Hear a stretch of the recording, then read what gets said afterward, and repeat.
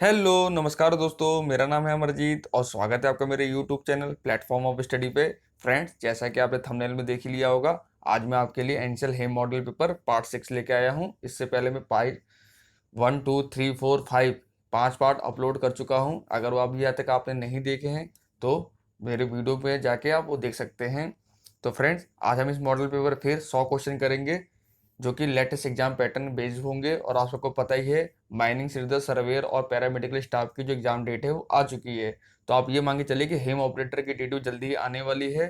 तो अब अपनी तैयारी पे लग जाइए। अब आपका ज़्यादा टाइम नहीं बचा है। पहले मैं कहता टाइम है, लेकिन अब एक महीना मुश्किल से बचा है आपके पास में।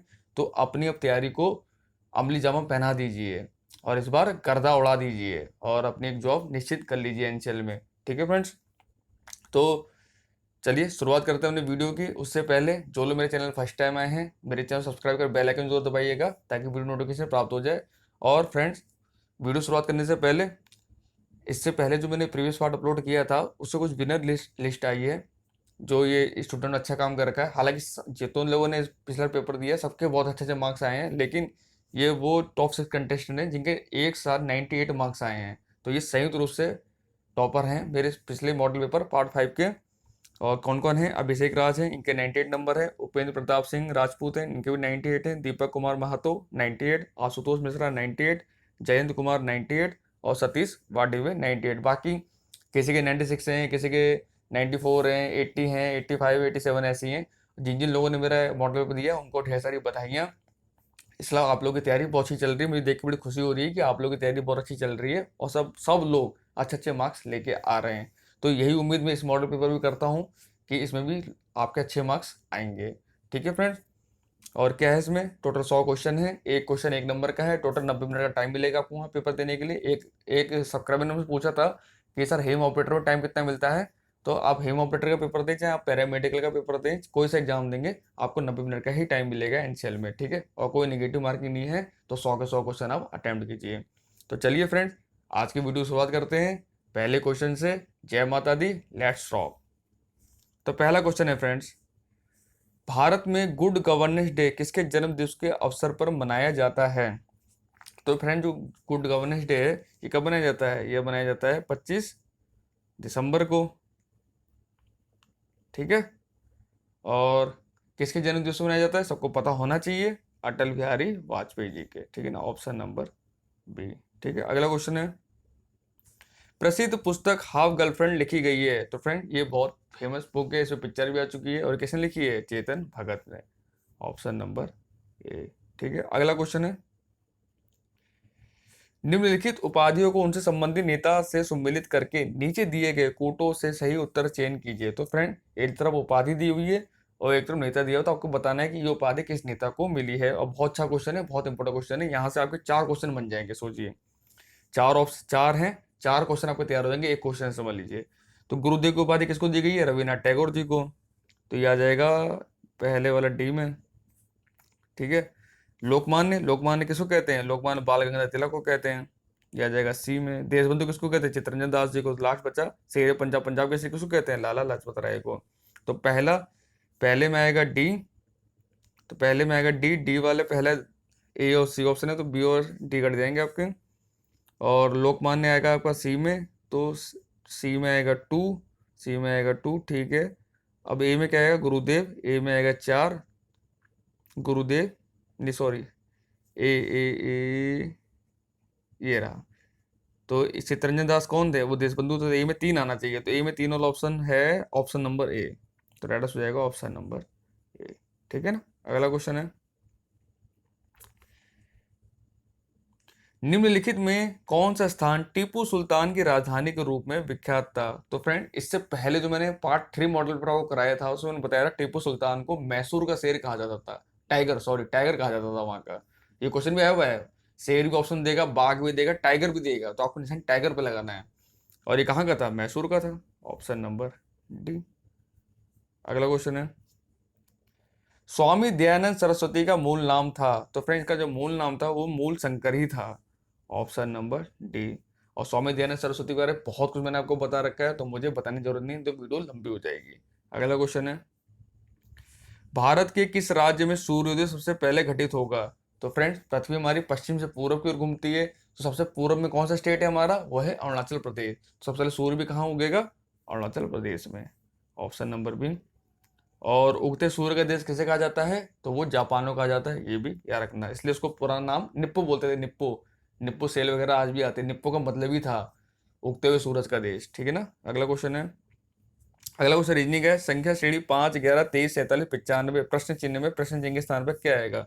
तो आपको ऐसे दिख रहा होगा, देखिए 5 × 2 + 1 कितना आएगा, 11, 11 × 2 + 1 कितना आएगा, 23, 23 × 2 + 1 कितना आएगा, 47। तो हमको सीधे पता लग गया इसका मतलब क्या चल रहा है, गुणा 2 करना है +1 करना है, तो कर लेते हैं। तो हमारी क्या संख्या थी, 95 × 2 करो कितना आएगा, 90 दूना 180, 5 × 190, और इसमें एक ऐड कर दो कितना आएगा, 191। तो रेडियस हो जाएगा ऑप्शन नंबर सी, ठीक है ना। अगला क्वेश्चन है, उत्तर पश्चिम भारत में शीतकालीन वर्षा का कारण है। तो फ्रेंड्स उत्तर पश्चिम भारत में शीतकालीन वर्षा होती ही नहीं, जो ठंड में जो बरसात होती है उसका रीजन क्या होता है, वेस्टर्न डिस्टर्बेंस यानी पश्चिमी विक्षोभ, ऑप्शन नंबर डी। अगला क्वेश्चन है, महाद्वीपीय विस्थापन सिद्धांत के प्रतिपादक कौन थे। बहुत अच्छा सवाल है, बहुत इंपॉर्टेंट सवाल है ये। तो फ्रेंड जो महाद्वीपीय विस्थापन का सिद्धांत दिया था वो दिया था एल्फ्रेड वैगनर ने, ऑप्शन नंबर डी, ठीक है। अगला क्वेश्चन है, राष्ट्रपति अपना त्यागपत्र संबोधित करते हुए अपना पद छोड़ सकता है। तो फ्रेंड राष्ट्रपति अपना त्यागपत्र किसको देगा, किसको देगा, वाइस प्रेसिडेंट को यानी उपराष्ट्रपति को। राइट हो जाएगा ऑप्शन नंबर डी। अगला क्वेश्चन है, एक भू स्थायी उपग्रह यानी जियो स्टेशनरी सैटेलाइट पृथ्वी के परितः किस प्रकार भ्रमण करता है। तो फ्रेंड हमारी पृथ्वी कहाँ से घूमती है, पश्चिम से पूर्व की ओर घूमती है, तो सैटेलाइट भी क्या है, पश्चिम से पूर्व की ओर ही घूमता है। तो राइट आंसर हो जाएगा ऑप्शन नंबर बी, ठीक है। अगला क्वेश्चन है, टाइडल पार्क स्थित है। फ्रेंड्स ये क्वेश्चन बहुत इंपॉर्टेंट है, क्योंकि अभी जो कोल इंडिया मैनेजमेंट का जो एग्जाम हुआ था ना अभी लेटेस्ट लॉकडाउन से पहले मार्च में, उसमें ये क्वेश्चन आया था, तो ये क्वेश्चन मैंने वहां से लिया है। तो कोल इंडिया ने पूछा है, तो एनसीएल के पेपर कोल इंडिया ही बनाता है, आपको पता होना चाहिए। तो ये आ सकता है क्वेश्चन, रिपीट हो सकता है हेम ऑपरेटर में। तो फ्रेंड जो टाइडल पार्क है ये स्थित है चेन्नई में, ऑप्शन नंबर बी, ठीक है ना। अगला क्वेश्चन है, निम्न में से कौन सा विषाणु जनित रोग है, विषाणु यानी वायरस, कौन सा ऐसा रोग है जो वायरस के कारण होता है। तो हैजा बैक्टीरिया से होता है, मलेरिया किससे होता है, प्रोटोजोआ से होता है, टीबी किससे होता है, ये भी बैक्टीरिया से होता है। तो बचता कौन सा ऑप्शन, स्मॉल पॉक्स, चेचक, ऑप्शन नंबर ए, ठीक है ना।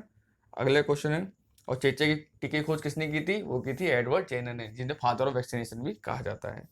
सिरका में कौन सा अम्लीय पदार्थ पाया जाता है। सिरका इसका उपयोग घर में करते भी खाने पीने में, तो इसमें कौन सा अम्ल होता है, इसमें होता है एसिटिक अम्ल, ऑप्शन नंबर सी। इसका फॉर्मूला क्या होता है, फॉर्मूला बताया था CH3COOH, ठीक है ना। इसको मेथेनोइक एसिड भी बोलते हैं इसको। अगला क्वेश्चन है, पानी का घनत्व अधिकतम होता है।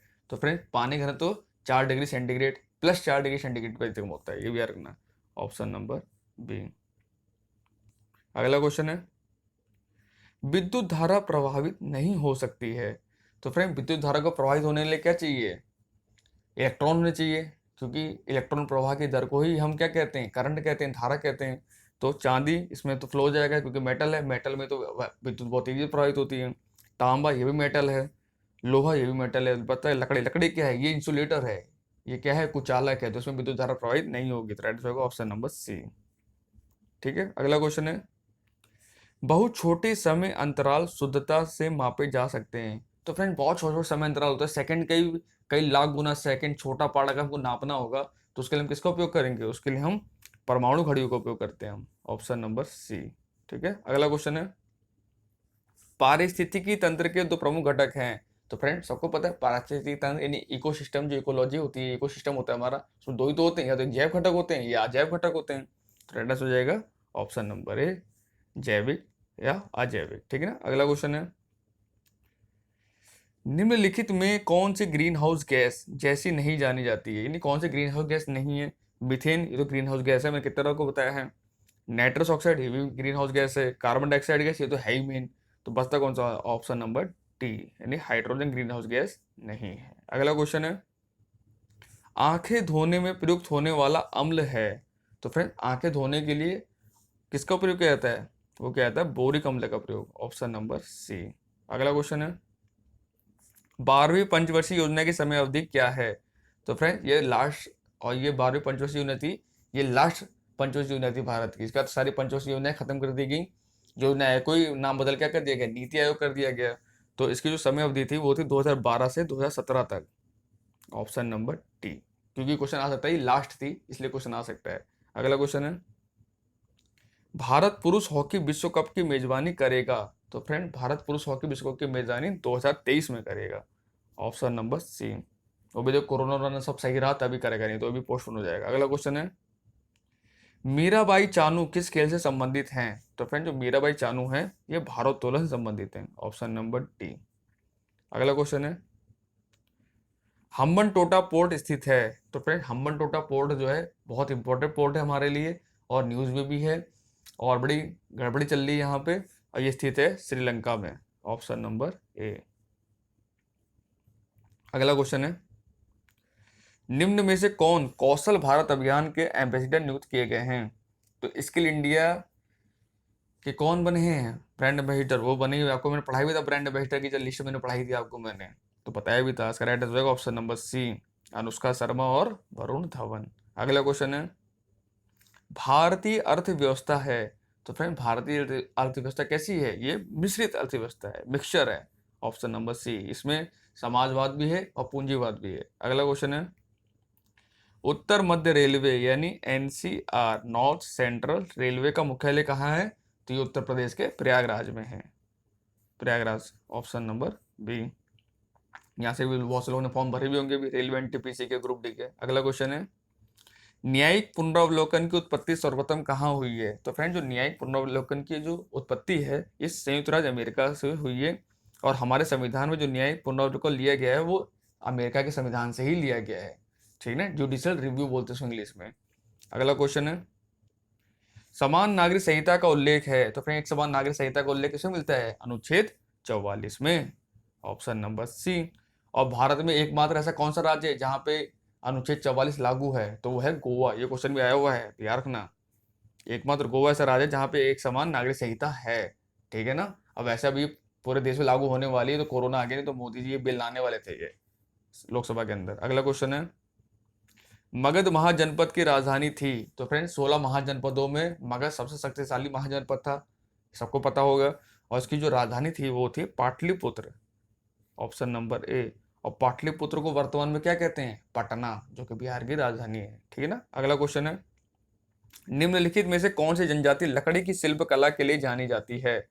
तो फ्रेंड लकड़ी की शिल्प कला के लिए जो जानी जाती है, ये बहुत नया क्वेश्चन था, थोड़ा उटपटांग क्वेश्चन था ये भी कोल इंडिया ने पूछा था। तो ये जानी जाती है राजी जनजाति।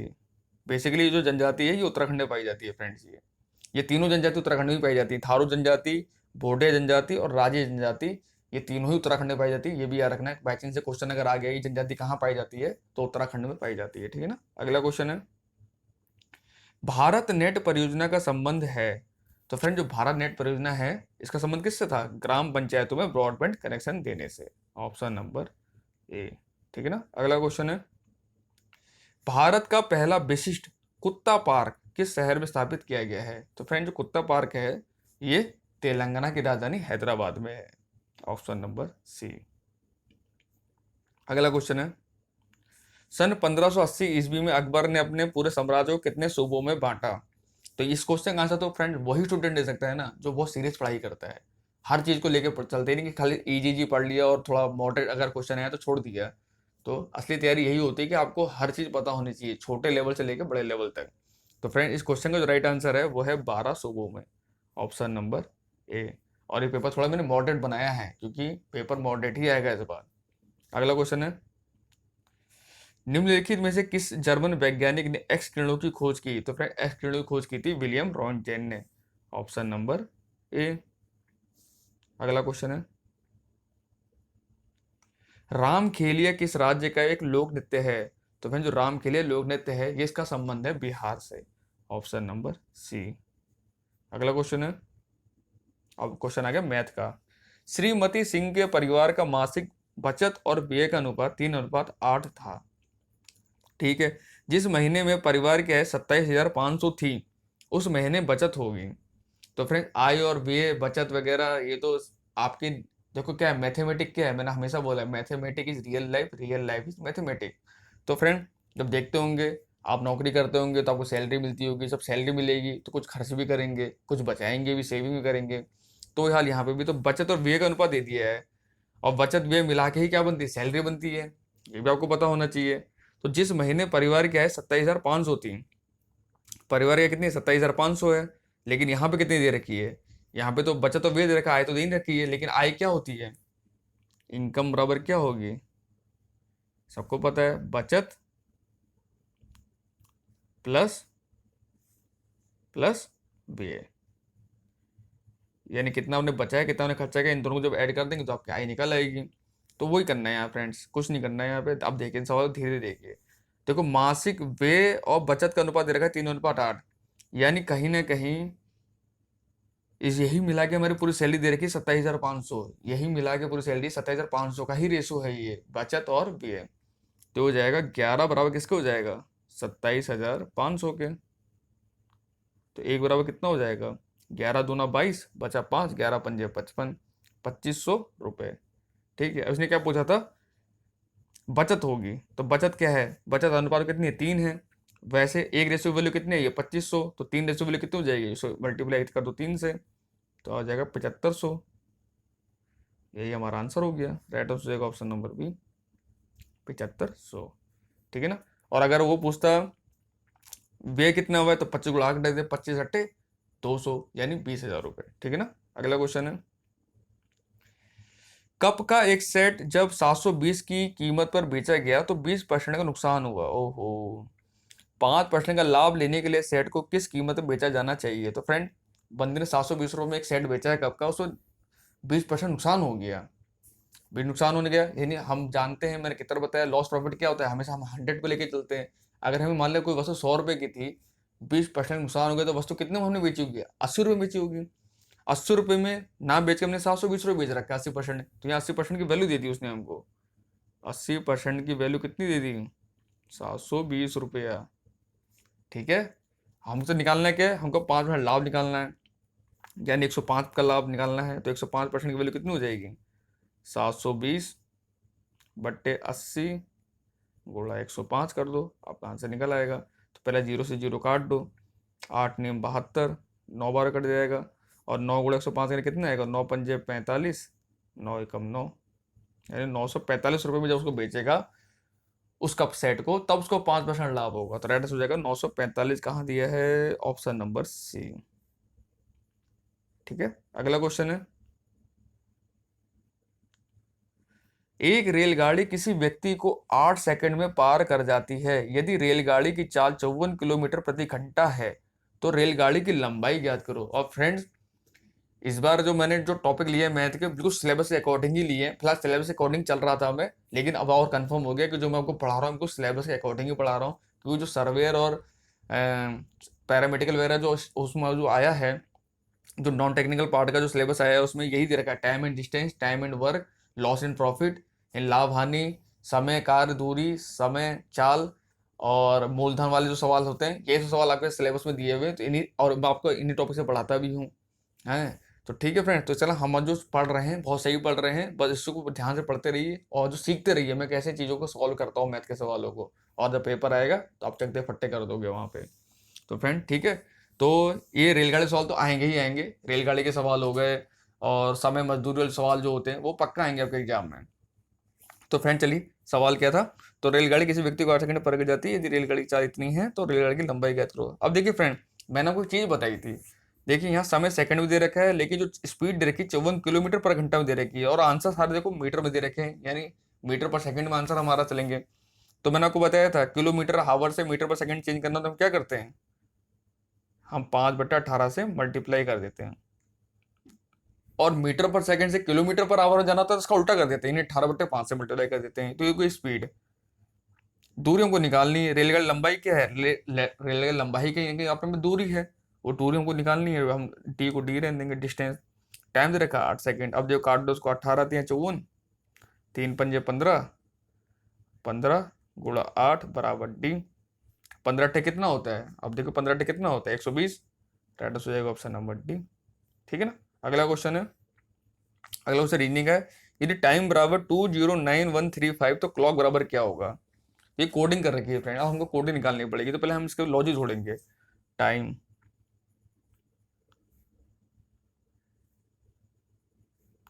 टी हमारा कितने वो होता है, वैसे देखा जाए ABCD या ऐसे प्लेसिंग पॉइंट होता है वो 20 पे होता है, आई हमारा 9 पे होता है, एम हमारा 13 पे होता है, ई हमारा 5 पे होता है। तो 20 9 13 5 ये इसने कोडिंग कर रखी है, नहीं जो इनकी जो एग्जैक्ट वैल्यू वही हमको रखनी है। तो सर सी क्लॉक का कौन लेते हैं, CLOCK। सी हमारा कितने वो होता है 3 पे, एल हमारा कितने वो होता है 12 पे, ओ हमारा कितने वो होता है 15 पे, सी हमारा कितने होता है 3 पे, के हमारा होता है 11 पे। तो 3 12 15 3 11। ऑप्शन देखिए 11 वाले 3 ऑप्शन है, 3 12 15 3 11, ये देखिए ऑप्शन नंबर सी।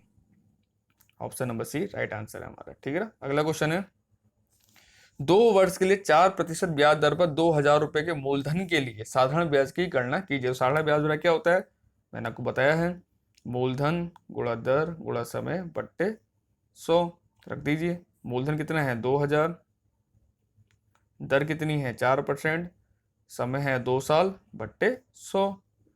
2 जीरो से 2 जीरो उड़ा दीजिए, 4 दूनी 8 8 दूनी 16 यानी 160 रुपए। तो राइट हो जाएगा 160 रुपए, ऑप्शन नंबर ए। अगला क्वेश्चन है, 40 के वर्ग के 40% का चौथाई भाग ज्ञात कीजिए। क्या बात है। तो ये नंबर सिस्टम सवाल, नंबर सिस्टम सवाल आएंगे आपके। तो 40 का वर्ग कितना होगा, 40 का वर्ग होगा, इसका स्क्वायर ही होगा 1600 के 40%। अब इसका 40% निकाल दो, फिर का एक चौथाई भाग है नहीं 1/4, फिर इसका भी 1/4 कर दो। तो डबल जीरो ऐसे कट जाएगा, ये कट जाएगा 4 चौके 16, 4 चौके 16 160, ये राइट आंसर हो जाएगा 160, ऑप्शन नंबर सी। ठीक है। अगला क्वेश्चन है, एक हवाई जहाज 250 किलोमीटर प्रति घंटा की गति से 4 घंटे में एक निश्चित दूरी तय करता है। 1 घंटे 40 मिनट में उसी दूरी को तय करने के लिए उसकी गति क्या होनी चाहिए। बहुत अच्छा सवाल है, बहुत इंपॉर्टेंट सवाल है फ्रेंड्स ये। क्यों इंपॉर्टेंट है, क्योंकि ये अभी आ चुका है कोल इंडिया के पेपर, इसलिए।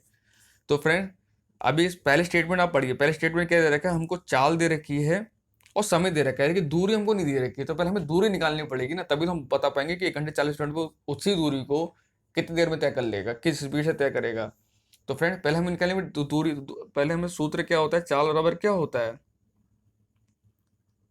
दूरी बट्टा समय होता है ना। चाल बराबर दूरी बट्टा समय, याद कर लीजिए, ये फॉर्मूला बहुत कम आएगा इसको इस टाइप के क्वेश्चनों में। ठीक है। तो चाल हमको दे रखी है, समय हमको दे रखा है, तो दूरी में निकाल लेंगे, निकाल लेंगे, बिल्कुल निकाल लेंगे। तो चाल दे रखी है हमको 250 और दूरी समय दे रखा 4, यानी कितना हो गया 1000 किलोमीटर, यानी ये हमारी दूरी निकल के आ गई। 1000 किलोमीटर की है टोटल डिस्टेंस है। ठीक है।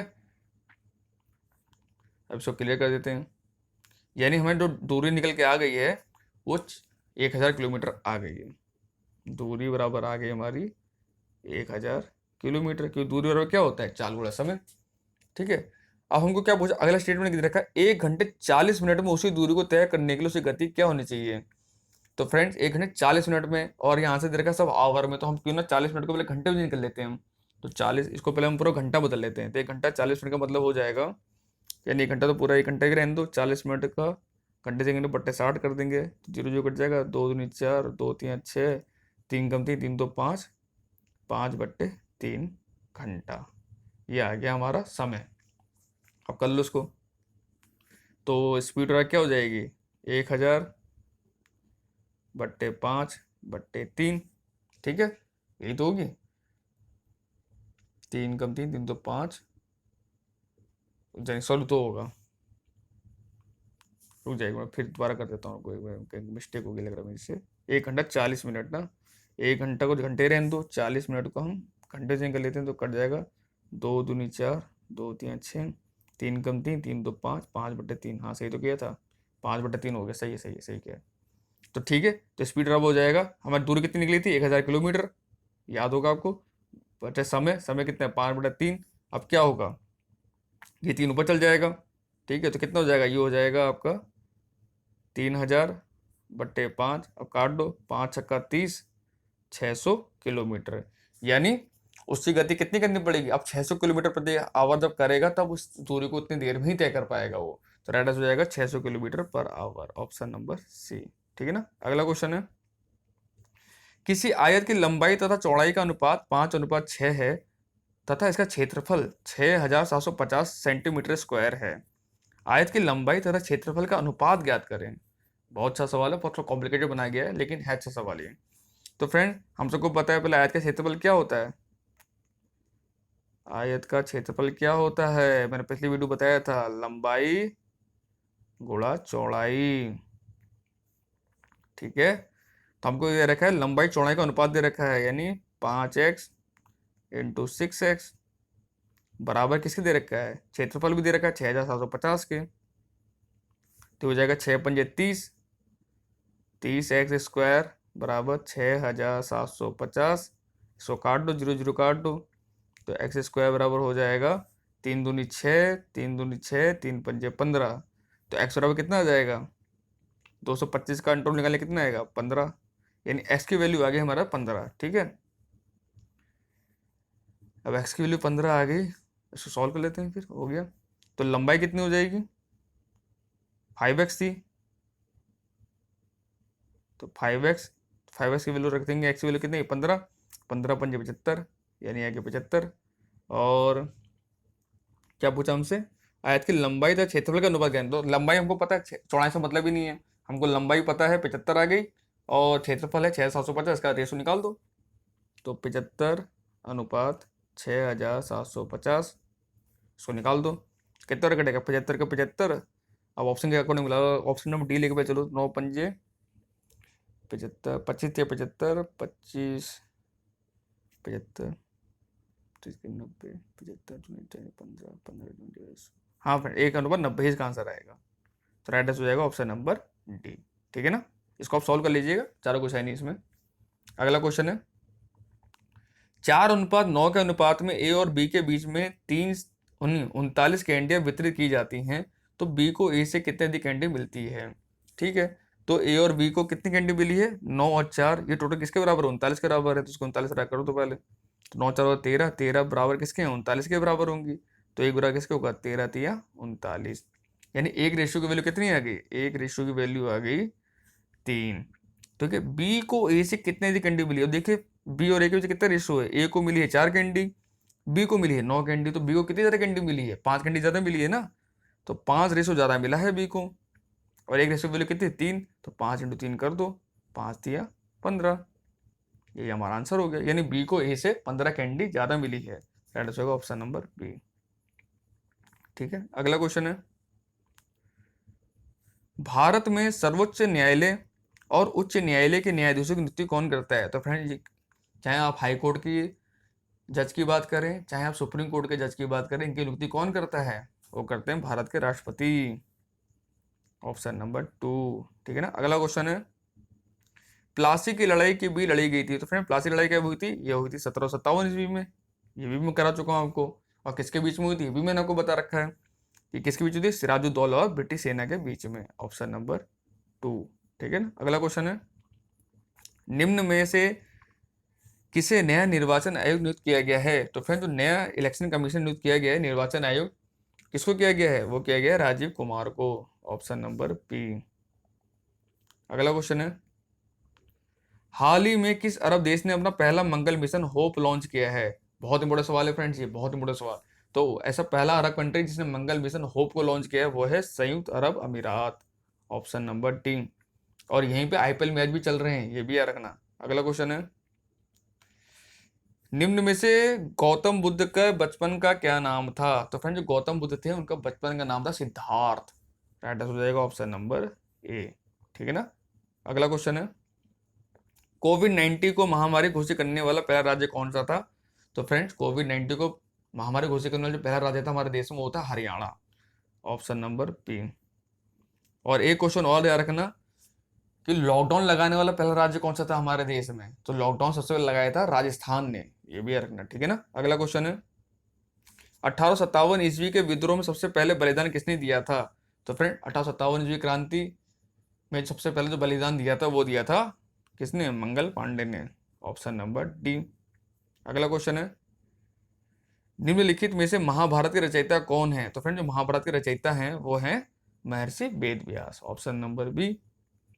अगला क्वेश्चन है, भारत सरकार द्वारा कोरोना, नहीं सॉरी कोरोना नहीं होगा, कोरोना होगा, ये टाइपिंग मिस्टेक है। कोरोना, कोरोना ट्रैकिंग के लिए 2 अप्रैल 2020 को किस ऐप का शुभारंभ किया गया था? तो फ्रेंड्स इस आई थिंक ये ऐप तो सबके मोबाइल में होगा, और नहीं है तो होना चाहिए। ये ऐप बहुत अच्छा ऐप है फ्रेंड्स, और ये जो किया गया था वो था Aarogya Setu app, option number ए। और इसके ब्रांड एम्बेसडर कौन है? यही मैंने आपको पढ़ाया था ब्रांड एम्बेसडर की लिस्ट में। तो इसके ब्रांड एम्बेसडर जो है इस ऐप के वो हैं अजय देवगन, ठीक है ना, ये भी रखना। अगला क्वेश्चन है, कांचीपुरम का मंदिर निम्न में से किस राज्य में स्थित है? तो फ्रेंड ये जो मंदिर है कांचीपुरम का, ये स्थित है तमिलनाडु में, ऑप्शन नंबर ए। अगला क्वेश्चन है, वर्तमान में डीआरडीओ के अध्यक्ष कौन है? तो फ्रेंड जो डीआरडीओ इसके अध्यक्ष हैं वर्तमान में वो हैं G Satish Reddy, option number B. असल में इनका कार्यकाल तो खत्म हो गया था, लेकिन सरकार ने इनका 1 साल कार्यकाल फिर बढ़ा दिया है। और डीआरडीओ स्थापना कब हुई थी, ये इंपॉर्टेंट सवाल है, तो ये रखना 1 जनवरी 1958 को, ठीक है ना, ये भी याद रखना। अगला क्वेश्चन है, रीजनिंग आगे, निम्नलिखित अनुक्रम में आगामी संख्या कौन सी होगी? 100, 121, 144, 169। तो आपको फ्रेंड देख के लग रहा होगा ये स्क्वायर है। देखो 100 जो है ये 10 का स्क्वायर है, 10 का स्क्वायर 100, फिर है 11 का स्क्वायर, ये है 121, फिर है हमारा 12 का स्क्वायर, ये 144, फिर है हमारा 13 का स्क्वायर, ये है हमारा 169। तो अगला क्या आएगा 14, 14 का स्क्वायर क्या होगा 196। तो राइट आंसर हो जाएगा ऑप्शन नंबर बी, ठीक है ना। अगला क्वेश्चन है, उस शब्द का चयन करें जो शब्दों के दिए गए वर्ग से संबंधित है, यानी इससे संबंधित हमें शब्द निकालना है। पपीता, सेब, अमरूद। तो फ्रेंड ये क्या है, ये हमारे फ्रूट्स हैं, फल हैं। नाशपाती, आलू, बैगन, कद्दू। तो फ्रेंड्स आलू, बैगन, कद्दू क्या, ये तो सब्जियां हैं, तो ये तो वैसे इस ग्रुप को फॉलो नहीं करेंगे। तो राइट आंसर हो जाएगा ऑप्शन नंबर ए, ठीक है ना। अगला क्वेश्चन है, ढींग एक्सप्रेस के नाम से किस भारतीय धावक को जाना जाता है? मोस्ट इंपोर्टेंट सवाल। तो फ्रेंड ढींग एक्सप्रेस के नाम से असम की हिमा दास को जाना जाता है। राइट आंसर होगा ऑप्शन नंबर सी, ठीक है ना। अगला क्वेश्चन है, भारत की प्रथम महिला मुख्यमंत्री निम्न में से कौन सी थी? तो फ्रेंड प्रथम महिला मुख्यमंत्री जो थी वो थी सुचेता कृपलानी। राइट आंसर हो जाएगा ऑप्शन नंबर सी। अगला क्वेश्चन है, यदि 16 व्यक्ति एक दीवार 15 दिनों में बना सकते हैं तो 8 दिनों में से बनाने के लिए कितने व्यक्तियों की आवश्यकता होगी?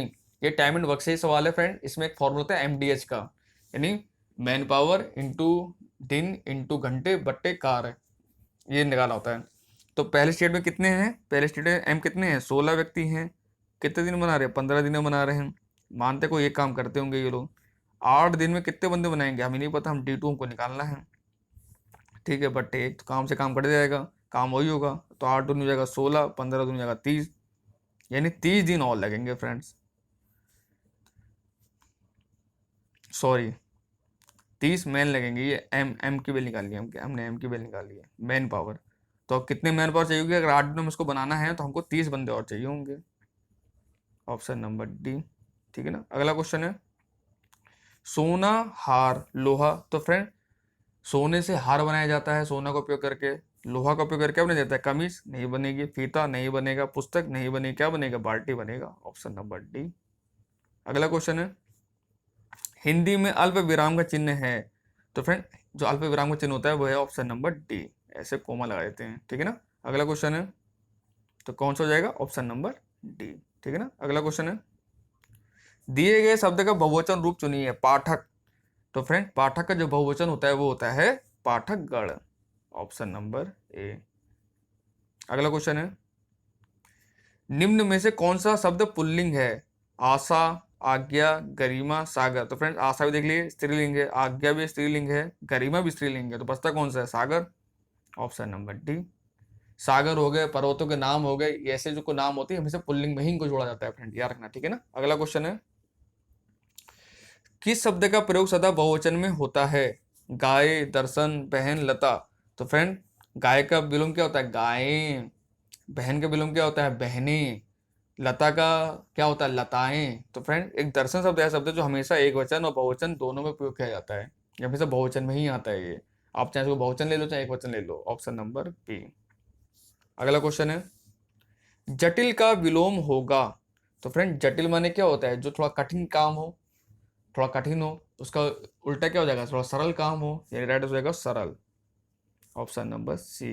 भाई कठिन हो गया, रूड हो गया, मुश्किल हो गया, ये क्या हो गया, ये इसके समानार्थी शब्द हो गए इसके, जैसे इंग्लिश में बोलते हैं सिनोनिम, ठीक है ना। अगला क्वेश्चन है, राजपुत्र में समास है। तो फ्रेंड राजपुत्र का मतलब पहले क्या होता है, इसका मतलब होता है राजा का पुत्र। अब देखिए यहाँ पे का वर्ड है, इसका विलोप हो गया है, उसको मिला के हमने क्या कर दिया, राजपुत्र कर दिया हमने, और आ और का विलोम इसमें क्या हो गया, विलोप हो गया है। तो फ्रेंड जब भी कहीं पे आ बड़े आ की मात्रा और का विलोप होता है तो वहां पे हमेशा तत्पुरुष समास होता है। तो राइट हो जाएगा ऑप्शन नंबर डी, तत्पुरुष समास। द्विगु समास मैंने आपको बता रखा है, जब किसी शब्द का पहला वाक्य पहला अक्षर क्या हो, संख्यावाचक हो, जैसे चौराहा, चार राहें जहां मिलती हैं, दशानन, पंचानन, ठीक है। द्वंद्व समास जैसे माता पिता, जहां पे ये डंडी का लोप हो जाए वहां द्वंद्व समास होता है। अगला क्वेश्चन है, नाक कटना मुहावरे करते हैं। फ्रेंड इसका तो सबको पता होगा, कहते नहीं यार तूने नाक कटवा दी, तो यार तेरा नौकरी नहीं निकाल पाया, तू लेते पड़ोसी के बच्चे नौकरी निकाल ली, तूने तो हमारी नाक कटवा दी, बिरादरी में नाक कटवा दी, सोसाइटी में भी नाक कटवा दी हैं। तो इसका मतलब क्या होता है, यानी क्या होना, खून बहना नहीं, बदनामी होना, बिल्कुल यही होता है, बदनामी होना, ऑप्शन नंबर बी। अगला क्वेश्चन है, मैंने यह काम कर लेना चाहिए, वाक्य में अशुद्ध वंश है। तो फ्रेंड्स वैसे ही पता लग रहा है ये वर्ड गलत लिखा हुआ है, लेकिन कौन सा शब्द गलत लिखा हुआ है यही हमको छांटना है। तो देखिए मैंने यह काम कर लेना चाहिए, आप ये कहीं बोलेंगे मैंने यह काम कर लेना चाहिए, तो राइट होगा ऑप्शन नंबर ए। आप क्या बोलेंगे, मुझे यह काम कर लेना चाहिए, मैनेजर क्या होना चाहिए, यहाँ मुझे होना चाहिए, ठीक है ना। अगला क्वेश्चन है, सालार जंग संग्रहालय निम्न में से कहाँ स्थित है। तो फ्रेंड जो सालार जंग संग्रहालय है ये कहाँ स्थित है, ये तेलंगाना में हैदराबाद में स्थित है, ऑप्शन नंबर ए। अगला क्वेश्चन है, निम्न में से भारत के प्रथम कानून मंत्री कौन थे। तो फ्रेंड प्रथम कानून मंत्री वही थे जिन्होंने हमारा भारतीय संविधान लिखा है, और जिनको भारतीय संविधान जो ड्राफ्टिंग कमेटी थी, इन्हें प्रारूप समिति के अध्यक्ष थे, इसलिए इनको संविधान के पिता भी कहा जाता है। कौन है, doctor Bhimrao Ambedkar ji, option number D. अगला क्वेश्चन है, शांति काल का सर्वोच्च सैन्य पुरस्कार निम्न में से कौन सा होता है। परमवीर चक्र, शौर्य चक्र, अशोक चक्र, कीर्ति चक्र।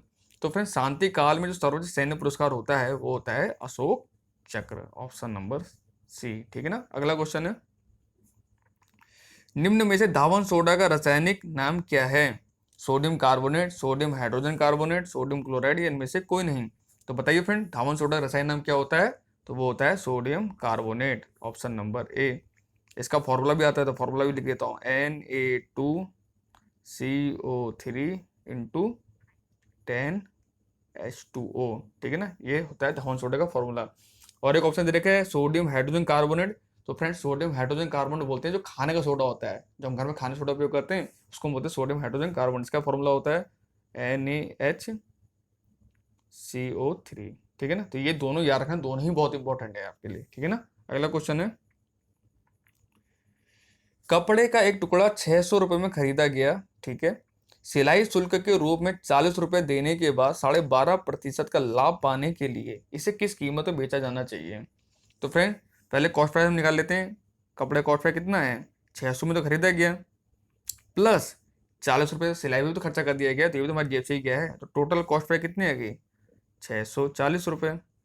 अब इस पर हमको 12.5% का लाभ चाहिए, तो इसका 12.5% निकाल दो, तो 12.5% लाभ चाहिए, नहीं 112.5% निकाल लो, 112.5 बट्टे 100, पॉइंट हटाएंगे जीरो बढ़ जाएगा, तो पहले तो एक जीरो से एक जीरो ला दो, 4 से 100 काट दो, 4 वे बचेगा 25 बार में, ये कट जाएगा 4 कम 4, 4 छंग 24, 16 बार में, ऊपर 25 से काट दो तो हो जाएगा 25 चौका 1215 है ना, सही है, तो हो जाएगा 25 चौका 100, 25 चौका 100, तो कितना बचा 12, 125, यानी 25 अट्ठे सॉरी 25 25 125, 45 गुणा 16 कर दो, कर देते हैं, तो हो जाएगा 45 गुणा 16 कर दो, कितना आंसर आएगा, 16 पंजे 80, हासिल लगा 8, 16 32 16 16 64, 64 में 8 जोड़ो कितना आएगा, 64 6 72, 720 रुपये आ जाएगा, ठीक है, तो राइट आंसर हो जाएगा ऑप्शन नंबर डी।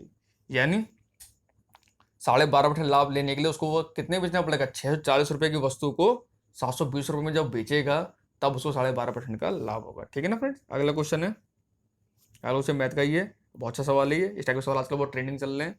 तो देखिए अंडर रूट पहले क्या है, under root 3 plus under root 27 plus under root 73 plus under root 64। तो 64 किसका वर्गमूल होता है, ये होता है 8 का। ये किसका होता है, ये होता है 8 का। तो 73 में 8 जोड़े कितना हो जाएगा, 73 में 8 जोड़ो तो कितना हो जाएगा 81। 81 किसका वर्गमूल होता है, ये होता है 9 का। 9 किसे जोड़ेंगे आप, 27 में। 27 9 जोड़े कितना हो जाएगा 36। 36 किसका वर्गमूल होता है, ये होता है 6 का। 6 आप किस में जोड़ेंगे, 3 में। तो 6 3 हो जाएगा 9, और 9 का अंडर कितना होता है 3। तो राइट आंसर हो जाएगा ऑप्शन नंबर सी। ठीक है ना। अगला क्वेश्चन है, एक अरे बी और सी एक काम 40 दिनों पूरा कर सकते हैं, ठीक है, जबकि ए बी और सी वह काम 20 दिनों पूरा कर सकते हैं। ठीक है, ए अकेले वह काम कितने दिनों पूरा कर सकता है। तो फ्रेंड इस टाइप के सवाल मैं आपको बहुत करा चुका हूँ, अब तो मॉडल पेपर में, हर मॉडल पेपर में इस टाइप के सवाल कराता हूँ टाइम एंड वर्क के। तो मैं फटाफट बता देता हूँ कैसे होते हैं। तो जब भी इस टाइप के सवाल हैं आपको कुछ नहीं करना है, पहले कह दिया बी और सी, यानी बी और सी लिख लो कितने दिन में करते हैं, 40 दिन में। दूसरा क्या दे रखा है, ए बी सी, तो ए बी सी को ले लो, ए प्लस बी प्लस सी, ये कितने दिन में करते हैं, ये करते हैं 20 दिन में। तो ए कितने दिन में करेगा हमको निकालना है। तो जब भी जो दिया हो उसको हम क्या कहते हैं, हम एलसीएम लेते हैं। एलसीएम वह संख्या होती है उसमें जो बड़ा नंबर होता है उसका ऐसा मल्टीपल लो जो सबसे कट जाए। तो यहाँ बड़ा नंबर क्या है 40। अब देखो 40 अगर हम एलसीएम लेते हैं तो 20 से 40 कट जाएगा, और 40 40 कट ही जाएगा, तो हम 40 हम ले लेते हैं एलसीएम। आप 80 भी ले सकते हैं, ऐसे नहीं कि 40 लिया, आप 40 के मल्टीपल कुछ भी ले सकते हैं, 80 120 160 200 कुछ भी लीजिए, बस लिए कैलकुलेशन बढ़ जाती है बस, और कुछ नहीं होता है। तो 40 अगर बी प्लस सी 40 की दर से काम करते हैं, 40 काम कितने दिन में कर लेंगे, एक दिन में कर लेंगे ये लोग। और ए प्लस बी सी तीनों मिलकर 20 की दर से काम करते हैं, तो 40 काम कितने दिन में कर लेंगे, 2 दिन में कर लेंगे। यानी हमसे ये पता लगे ए प्लस बी प्लस सी अगर काम करते हैं तो इनको 2 दिन लगते हैं, और बी प्लस सी काम करते हैं एक साथ तो इनको एक ही दिन लगते हैं। तो यहाँ से हमें बी प्लस सी की अगर वैल्यू यहाँ रख देंगे, जो एक आया तो एक की एफिशिएंसी निकल जाएगी, निकल जाएगी। तो क्या था, ए प्लस बी प्लस सी कितना है हमारे पास 2 आया। तो ए बराबर ए प्लस कितना हो जाएगा, बी प्लस सी कितना है 1 है, बराबर 2। तो इसका माना जाएगा 1, यानी एक की एफिशिएंसी कितनी आ गई, 1 आ गई। और टोटल काम कितना है 40, एक की स्पीड से करें कितने दिन लेंगे, 40 दिन तो लगेंगे। तो राइट आंसर हो जाएगा 40 दिन, ऑप्शन नंबर डी। यही पूछा था एक कितने दिन में काम करेगा, तो एक की एफिशिएंसी कितनी आएगी, एक। 40 काम है, अगर एक दिन में एक ही काम करेगा तो 40 काम करने कितने दिन लगेंगे उसको, 40 ही दिन तो लगेंगे। ठीक है ना। अगला क्वेश्चन है, भारत की सबसे पुरानी पर्वत श्रृंखला इनमें से कौन सी है। तो फ्रेंड्स सबसे पुरानी श्रृंखला कौन सी है, वो है अरावली, ऑप्शन नंबर ए। ये कहां पर है, राजस्थान में, ये भी रखना। अगला क्वेश्चन है, लोहे में जंग को रोकने के लिए किस धातु का उपयोग किया जाता है। तो फ्रेंड्स इस प्रक्रिया को हम क्या कहते हैं, गैल्वेनाइजेशन। और गैल्वेनाइजेशन में किसका उपयोग किया जाता है, तो जिंक धातु का उपयोग किया जाता है, ऑप्शन नंबर ए। ठीक है ना। अगला क्वेश्चन है, वर्तमान में भारत में कुल कितने उच्च न्यायालय हैं। तो फ्रेंड पहले 24 थे, लेकिन अब आंध्र प्रदेश के अमरावती में भी एक हाई कोर्ट का उद्घाटन कर दिया गया है। तो अब टोटल कितने हो गए, अब हो गए टोटल 25, ऑप्शन नंबर डी। ठीक है ना। अगला क्वेश्चन है, भारत की सर्वाधिक बड़ी जनजाति निम्न में से कौन सी है। तो इसमें सबसे बड़ी जो जनजाति है वो है गोंड, ऑप्शन नंबर बी। ठीक है ना। अगला क्वेश्चन है, शांति निकेतन की स्थापना निम्न में से किसने की। तो फ्रेंड जो शांति निकेतन है इसकी स्थापना किसने की थी, वो की थी रविन्द्रनाथ टैगोर जी ने, ऑप्शन नंबर डी। अगला क्वेश्चन है, भारत के प्रधानमंत्री बनने के लिए न्यूनतम आयु कितनी होनी चाहिए। तो फ्रेंड प्रधानमंत्री बनने जो न्यूनतम आयु है वो है 25 साल, ऑप्शन नंबर डी। और राष्ट्रपति उपराष्ट्रपति और राज्यपाल इनके लिए 35 साल, और राज्यसभा का अगर मेंबर बनना है तो 30 साल मिनिमम एज होनी चाहिए आपकी। ठीक है ना। अगला क्वेश्चन है, भारतीय संविधान में मूल कर्तव्यों का वर्णन किस अनुच्छेद में है। तो फ्रेंड टोटल 11 मूल कर्तव्य हैं, ये मैंने आपको बता दिया है कितनी बार को कब ऐड किया गया था, 1976 में, ये भी याद रखने वाली बात है। और इनका जो वर्णन मिलता है वो मिलता है अनुच्छेद 51 का, यानी 51 ए में। ठीक है ना। तो right answer option number B. अगला क्वेश्चन है, हर्षवर्धन के राजकवि कौन थे। तो फ्रेंड हर्षवर्धन जो राजकवि थे वो थे बाण भट्ट, ऑप्शन नंबर ए। अगला क्वेश्चन है, इस संकेत का क्या मतलब है। अब देखिए ये संकेत जो दिख रहा है, संकेत का क्या मतलब होगा फ्रेंड, 50 स्पीड लिमिट, यानी क्या हो गया, यानी यहाँ स्पीड लिमिट कर रखी है यहाँ पे। तो फ्रेंड्स का राइट आंसर हो जाएगा, ओ कहाँ गया, अब आ गया। तो फ्रेंड इसका क्या मतलब होगा, यानी 50 से कम की स्पीड गाड़ी चलाएं, 50 से अधिक की स्पीड गाड़ी चलाएं, 50 स्पीड गाड़ी चलाएं, तो स्पीड लिमिट कितनी है, 50 है, यानी 50 पे ही आप गाड़ी चलाएं। ऑप्शन नंबर ए, ठीक है ना। अगला क्वेश्चन है, इस संकेत का क्या मतलब है, ठीक है फ्रेंड, ये संकेत का क्या मतलब है। अब देखिए बच्चे दिख रहे हैं आपको स्कूल में जाते हुए, बैग लगा हुआ है, तो क्या क्या होगा, आज, आज नहीं, यहाँ होगा आगे, आगे स्कूल जो है विद्यार्थी आ जा रहे हैं। ऑप्शन नंबर बी, ठीक है ना। अगला क्वेश्चन है, fill in the blank with the correct pronoun, there is dash apple on table. तो फ्रेंड एप्पल टेबल को क्या टच करता है, जब कहीं पे कोई टच होती है वहाँ पे ऑन का प्रयोग होता है, तो ऑन का प्रयोग सही किया गया है, ये मैंने समझाने के लिए किया है आपको। तो यहाँ पे कौन सा आर्टिकल आएगा, एप्पल से पहले क्या आएगा, ए आएगा या एन आएगा, तो फ्रेंड्स एप्पल से पहले आएगा an, there is an apple on table, ठीक है ना। Option number C. अगला क्वेश्चन है, एफ्लुएंस मीन क्या होता है।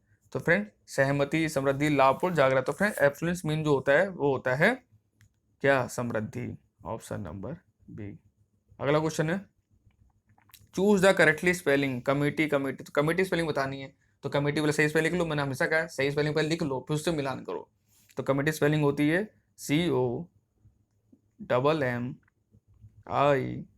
COMMITT, ठीक है ना, ये कमेटी की स्पेलिंग होता है, अभी मिला लो, COMMITT, ऑप्शन नंबर ए में ही है, तो हमें और देखने की जरूरत ही नहीं है, right answer option number A. अगला क्वेश्चन है, right synonym of the given word, synonym माने समानार्थी। एफिशिएंसी, एफिशिएंसी माने क्या होता है, क्षमतावान, जिसके क्षमता हो कुछ करने की, ठीक है ना। क्लियर, स्ट्रॉन्ग, नोन, कैपेबल, तो फिर एफिशिएंसी का जो सिनोनिम होता है वो होता है कैपेबल। Option number T. अगला क्वेश्चन है, honesty is dash best policy, तो यहाँ भी वो डालना है, क्या यहाँ पे आर्टिकल आएगा, the an A of the honesty is the best policy, बोलते नहीं honesty is the best policy. Option number A. अगला क्वेश्चन है, यातायात संकेत निम्न में से किसके द्वारा जारी किए जाते हैं, भारतीय परिवहन विभाग, भारतीय रोड कांग्रेस, भारतीय यातायात विभाग, इनमें से कोई नहीं। तो फ्रेंड जो भी यातायात संकेत होते हैं ये भारतीय रोड कांग्रेस के द्वारा जारी किए जाते हैं। Option number B. अगला क्वेश्चन है, आरटीओ के फॉर्म 20 की उपयोगिता क्या है। तो फ्रेंड्स आरटीओ का फॉर्म 20 होता है, इसका उपयोग होता है वाहन के पंजीकरण आवेदन में। ऑप्शन नंबर सी, वाहन के पंजीकरण के लिए आवेदन फॉर्म, ठीक है ना। अगला क्वेश्चन है, Bharat stage emission standard fall लागू कब किए गए थे, यानी भारत स्टेज एमिशन जो स्टैंडर्ड लागू किए गए थे वर्ष 2000 में। ऑप्शन नंबर बी, ठीक है ना। अगला क्वेश्चन है, भारत के वर्तमान में सड़क परिवहन एवं राजमार्ग मंत्री कौन है। तो फ्रेंड वो है नितिन गडकरी। ऑप्शन नंबर ए, ठीक है ना। अगला क्वेश्चन है, अब प्रकाश जावड़ेकर कौन है, ये केंद्रीय वन मंत्री हैं। निर्मला सीतारमण ये कौन है, वित्त मंत्री हैं। और थावरचंद गहलोत कौन है, ये सामाजिक अधिकारिता मंत्री हैं, ठीक है ना। अगला क्वेश्चन है, रॉकेट का ऊपर जाना किस सिद्धांत पर कार्य करता है। तो फ्रेंड्स रॉकेट को ऊपर जाना है ये संवेग सर्च सिद्धांत पर काम करता है। Option number B. अगला क्वेश्चन है, सितंबर 2020 में जारी महिलाओं की आईसीसी T20 रैंकिंग में कौन सा देश यूज कर नहीं रहा है, सीट्स पर रहा है, सीट्स पर रहा है, कर नहीं पा रहा है, ठीक है ना। तो अभी अभी हाल ही में सितंबर में ही, यानी अभी लेटेस्ट क्वेश्चन है फ्रेंड ये। तो आईसीसी T20 रैंकिंग में कौन सा देश शीर्ष पर रहा है महिलाओं में, वो रहा है ऑस्ट्रेलिया। ऑप्शन नंबर ए। और दूसरे नंबर पर कौन रहा है, इंग्लैंड। तीसरे नंबर पर कौन रहा है, भारत। हमारा देश नंबर पर आया, तीसरे नंबर पर हमारा देश आया, तो ये भी रखना, ये टॉप 3 कंट्री में लिख दी है, ऑस्ट्रेलिया नंबर 1, इंग्लैंड नंबर 2 और भारत नंबर 3, ठीक है ना। अगला क्वेश्चन है, नुआखाई उत्सव किस राज्य द्वारा मनाया जाता है। तो फ्रेंड जो नुआखाई पर्व है या उत्सव है ये उड़ीसा के द्वारा बनाया जाता है। Option number D. अगला क्वेश्चन है, हाल ही में उत्तर प्रदेश के जिले में राज्य का पहला गिद्ध संरक्षण और प्रजनन केंद्र स्थापित किया गया है। तो फ्रेंड ये जो पहला गिद्ध संरक्षण और प्रजनन केंद्र स्थापित किया गया है उत्तर प्रदेश के गोरखपुर में किया गया है। Option number C. और लास्ट क्वेश्चन मेरा इस वीडियो का फ्रेंड्स, अजय वारियर नामक संयुक्त सैन्य अभ्यास किसके मध्य होता है, भारत ब्रिटेन, भारत रूस, भारत अमेरिका, भारत फ्रांस। तो फ्रेंड अजय वारियर है ये होता है हर साल भारत और ब्रिटेन की सेना के बीच में। ऑप्शन नंबर ए। तो फ्रेंड्स यहाँ मेरे 100 क्वेश्चन खत्म होते हैं। आई होप आपने मेरे साथ इन क्वेश्चन को सॉल्व किया होगा और आपके अच्छे मार्क्स आए होंगे। तो फ्रेंड्स अपना कमेंट बॉक्स में स्कोर जरूर शेयर कीजिएगा कि आपने इन 100 क्वेश्चनों में से कितने सवाल आपके सही हैं, और ईमानदारी से पोस्ट कीजिएगा फ्रेंड्स, ये नहीं कि झूठ बोल के 100 में 100 कर दिया, 100 में 95, जो आपका रियल स्कोर है वही पोस्ट कीजिएगा। ठीक है, तो चलिए हम कट ऑफ देख लेते हैं। कट ऑफ क्या जा सकती है, अनरिजर्व के लिए 90 से 92 अनरिजर्व, और ईडब्ल्यूएस के लिए सेम कट ऑफ रहेगी। ठीक है ना, अनरिजर्व के लिए 90 से 92, ओबीसी के लिए 87 से 91, एससी के लिए 85 से 88, एसटी के लिए 82 से 85। अगर आपके कैटेगरी वाइज इतने मार्क्स अगर आपके आ रहे हैं तो समझ लीजिए आप सेफ हैं। और ये सेफ है इसका मतलब नहीं कि तैयारी छोड़ दें, और तैयारी करें और ज़्यादा मार्क्स लाने की कोशिश करें। ठीक है ना फ्रेंड, तो आई होप आपको वीडियो अच्छी लगी। अगर वीडियो अच्छी लगी प्लीज़ लाइक शेयर जरूर कीजिएगा, और कमेंट बॉक्स में अपना स्कोर जरूर बताइएगा। ठीक है, मिलते हैं आपसे नेक्स्ट वीडियो में। Thank you.